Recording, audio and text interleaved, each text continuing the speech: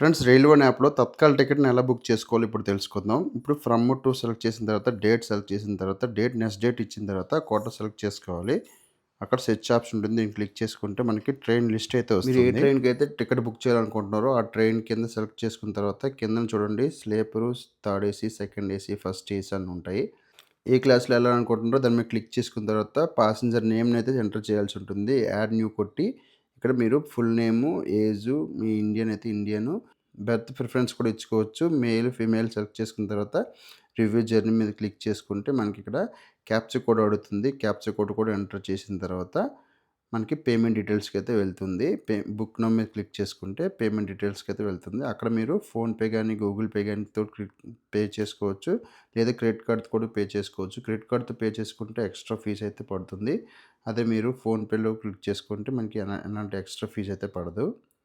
నేనైతే UPI payment యాప్‌తోనైతే payment చేసిన తర్వాత మనకి ఇలాగైతే వస్తుంది. ప్రాసెసింగ్ పేమెంట్ అని చెప్పి టికెట్ అయితే మనకు చూపిస్తుంది. ఇక్కడ నుండి మనము షేర్ కూడా చేసుకోవచ్చు. పైన 3 ఆప్షన్ ఉంది కదా చూడండి. అక్కడ షేర్ ఆప్షన్ ఉంది. దాని మీద క్లిక్ చేసుకుంటే మనకి వాట్సాప్‌లో ఎక్కడైనా మనం షేర్ చేసుకోవచ్చు. ఈ విధంగా మనము తత్కాల్ టికెట్ రైల్వే వన్ యాప్‌లో అయితే బుక్ చేసుకోవచ్చు.